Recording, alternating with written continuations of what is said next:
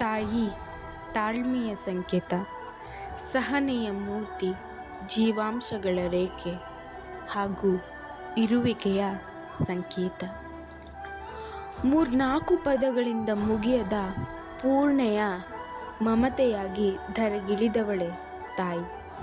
ಸ್ನೇಹಿತರೆ, ಪ್ರತಿಯೊಬ್ಬರ ಜೀವನದಲ್ಲಿ ಕಷ್ಟ, ಸುಖ, ಚರ್ಚೆ ಎಲ್ಲಿ ಬೇರೊಬ್ಬರ ಜೊತೆ ಕೊನೆಯಾಗುತ್ತದೆ.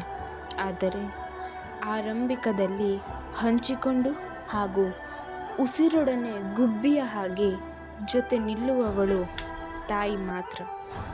ಹೌದು, ಅವೆಲ್ಲ ವಿಷಯಗಳನ್ನು ಮರೆತು ಆಕೆಯ ಹಸಿರು ಗರ್ಭದ ಚೀಲದಿಂದ ಸೀಲು ನಾಯಿಗಳ ಹಾಗೆ ಹೊರ ಪ್ರಪಂಚಕ್ಕೆ ಬರುತ್ತೇವೆ.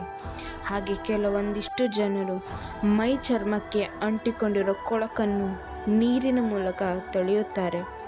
ಅದೇ ರೀತಿ ತಾಯಿಯ ವಾತ್ಸಲ್ಯ, ಮಮತೆ ದುರುಪಯೋಗಪಡಿಸಿಕೊಂಡು ಆಕೆಯನ್ನು ಕಾಲ್ಕೊಚ್ಚದೆಡೆಗೆ ಮಣ್ಣಾಗಿ, ಬರಡು ಭೂಮಿಯಾಗಿ ಏರ್ಪಾಡು ಮಾಡಿಬಿಡುತ್ತಾರೆ.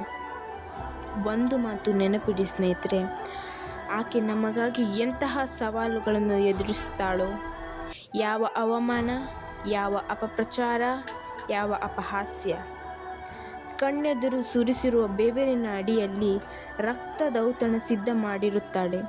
ಬಕಪಕ್ಷಿಗಳ ಕಿತ್ತು ತಿಂದಿರುವ ಚಿತ್ರಣ ಗೊತ್ತಾದ ಮೇಲೆ ಮಂಕು ಹಚ್ಚಿರುವ ಮನಸ್ಸು ಬುದ್ಧಿಗೆ ತಲುಪುವಷ್ಟರಲ್ಲಿ ತಾಯಿಯ ಬಿಸಿ ಉಸಿರು ತಂಪಾಗಿ ಪ್ರಕೃತಿಯ ಮಡಿಲಿಗೆ ಸೇರಿರುತ್ತದೆ.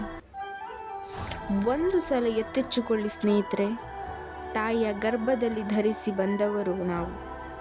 ತಾಯಿ ಎದೆ ಹಾಲು ಅಮೃತ ಕುಡಿದವರು ನಾವು.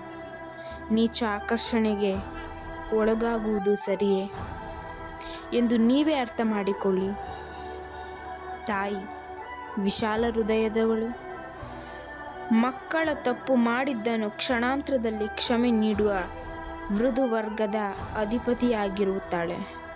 ಮನಸ್ಸಿನ ಇರುವ ಭಾರ ತೆಗೆದು ಆಕೆಯನ್ನು ಪ್ರಪಂಚದ ರಾಣಿ ಅಲ್ಲದಿದ್ದರೂ ನಿಮ್ಮ ಮನಸ್ಸಿನ ಅಸ್ತಿತ್ವಕ್ಕೆ ಮಹಾರಾಣಿಯಾಗಿ ಮೆರೆಸಿ ಹಸುಗೂಸುವಿನ ಹಾಗೆ ಆರೈಕೆ ಮಾಡಿ ಸ್ನೇಹಿತರೆ. ಒಂದು ಮಾತು, ಅಮ್ಮ ಶಕ್ತಿ, ಅಮ್ಮ ಧೈರ್ಯ, ಅಮ್ಮ ಯುಕ್ತಿ, ಅಮ್ಮ ಕರುಣೆಯ ಸಾಗರ. ಧನ್ಯವಾದ.